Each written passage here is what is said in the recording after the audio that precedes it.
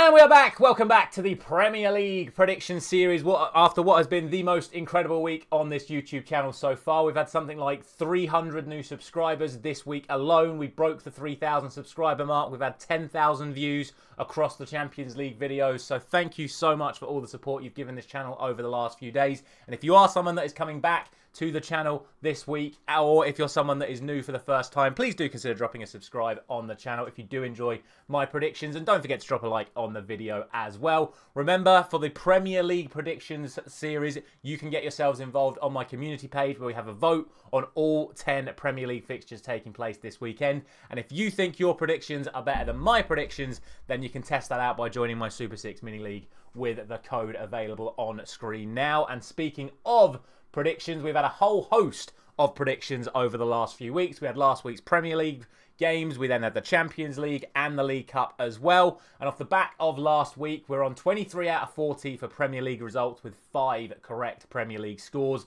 And after all of those games across all those competitions, we're now on 108 out of 182 correct predictions so far this season, with 10 correct scores, with 5 of those correct scores coming this week. 1 in the Premier League, 1 in the League Cup, and 3 in the Champions League this week, including 2 last night. So we're getting better at getting correct scores as well as correct predictions as well. But without any further ado, let's get into it. It's Premier League Game Week 5, and we start off with the 12:30 kickoff as always on Saturday. It is West Ham taking on Chelsea. West Ham currently sit 14th in the table. Chelsea currently sit 8th.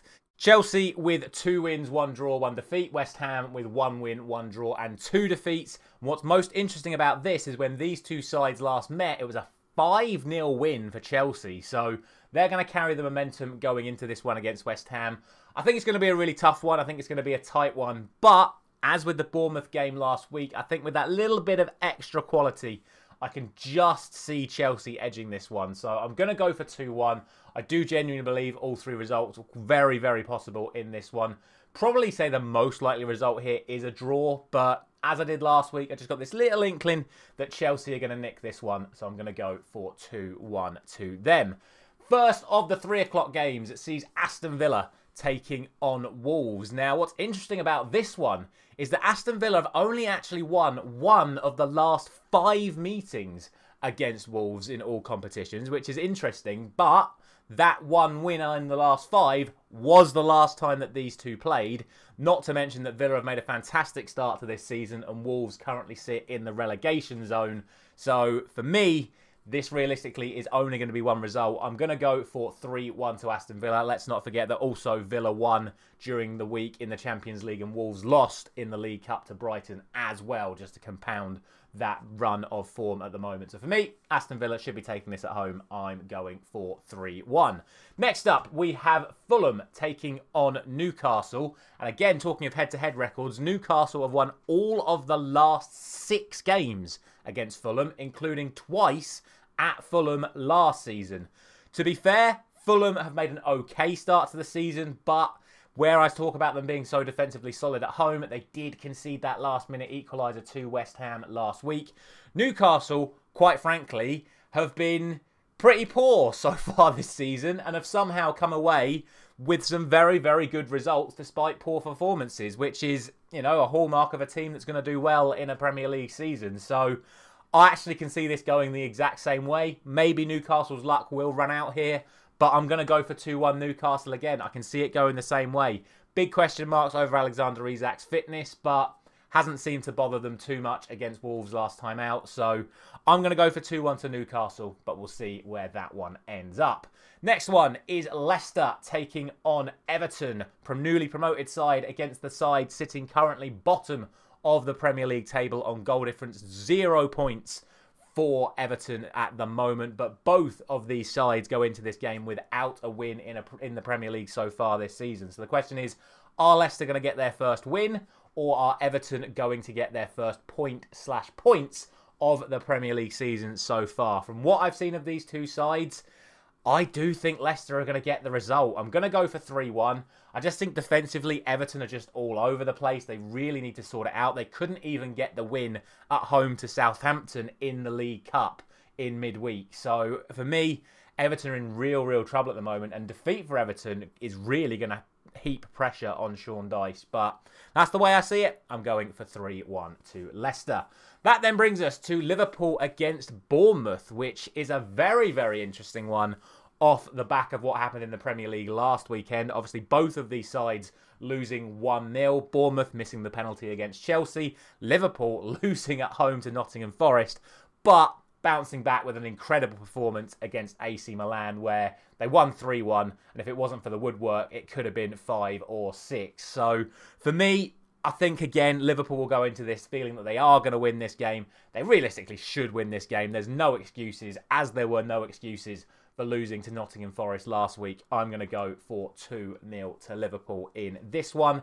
Next up, it is an all-promoted game between Southampton, who currently sit 19th on 0 points, and Ipswich, who currently sit 17th, right on the edge of the relegation zone. Now, what we can say about this fixture, of course, is we can look to a head-to-head record, because obviously these two sides played each other in the Championship last season, and my oh my, if Ipswich did not win both games last season. So, really, again, like I said about Everton, huge pressure on Russell Martin to get a result here. Southampton sit on 0 points. Yes, they got the draw and then win on penalties against Everton in midweek, but they need a result here. They desperately need a result here. But the way Ipswich have played so far, they've made a better start to their season than what Southampton have, and I can definitely see Ipswich getting a result here. However, due to the fact that realistically, if they can't beat Ipswich or get any sort of result against Ipswich at home, I struggle to see where Southampton are going to get any results this season. I'm going to go for a 1-1 draw. I just think they're going to get at least something from this game. But honestly, definitely can see Ipswich winning this one as well. The final 3 o'clock game is Tottenham taking on Brentford, with Ange Postecoglou potentially losing it in his press conference recently. He is the talk of the Premier League world right now, is Ange Postecoglou. And look, it's within good reason. Spurs have played well in their matches so far this season, but only have 1 victory to their name so far. Brentford, on the other hand, are 2 wins and 2 defeats and actually sit higher in the table than Tottenham do at the moment. Let's not forget, Brentford went ahead against Manchester City after 20 seconds last weekend and played very, very well and only lost 2-1, whereas Spurs could not break Arsenal down at home last weekend. So this one's going to be a bit more open. Brentford do have their style of play for playing against the big teams, which can see these big counter-attacking plays come out for them, which, to be honest, won't suit Spurs' high line, because you could easily see Brentford hitting them on several counter-attacks. I can see this being an open game. I'm still going to go for Spurs, but I'm going to go for a 3-2 victory to them. I'm hoping this is going to be one of the most entertaining games of the weekend. That then brings us to the late kickoff on Saturday, which is Crystal Palace taking on Manchester United at Selhurst Park, where Manchester United haven't won since 2020. Obviously, as a Manchester United fan, I know Crystal Palace are our bogey team, but I look at the season so far, Crystal Palace still don't have a win. Manchester United are sitting there on 2 wins and 2 defeats. 3-0 victory at Southampton last week. 7-0 victory over Barnsley in midweek. Crystal Palace, of course, winning 2-1 against QPR as well. I have to think, if we go with that front line of Garnacho, Rashford and Ahmad, with Bruno behind, use the creative, use the players on form, with the options now available starting to build up on the bench, we should beat Crystal Palace. So I'm going to let my bias get the better of me on this one, and I'm going to say we should beat Crystal Palace. So I'm going for 2-1 to Manchester United. But, like I say, take that with a pinch of salt. Crystal Palace are very much Manchester United's bogey team. We have a shocking record against them, both home and away. But, from what I've seen this week, I'm going for Manchester United. That then brings us to Sunday, and the opening game on Sunday sees Brighton taking on Nottingham Forest in a game there. Look, last weekend, Brighton drew 0-0 at home to Ipswich. Last weekend, Nottingham Forest won at Anfield. So, it's very easy for me to sit here and go, well, Brighton should beat Nottingham Forest at home. I'm going to go for Brighton to beat Nottingham Forest at home. But, they should have beaten Ipswich at home. Forest, realistically, should have lost at Anfield. That is not what happened. Obviously, in midweek, Brighton got the result against Wolves, which is a good result for them. But, again, take this prediction with a pinch of salt. I'm going to go for 1-0 Brighton. I think it's going to be cagey. I think Forest will sit in like they did against Anfield and look for their moments to counter. But I do think Brighton are very solid defensively as well. This is going to be a moment of brilliance to separate these two sides, or I think it's going to end up being 0-0. But I do just fancy Brighton overall. So I am going to go for 1-0.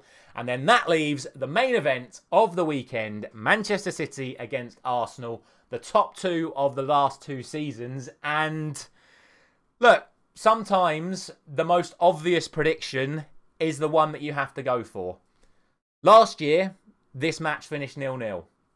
Last weekend, Arsenal got the win against Tottenham due to being absolutely perfectly defensively solid and then scoring from a corner.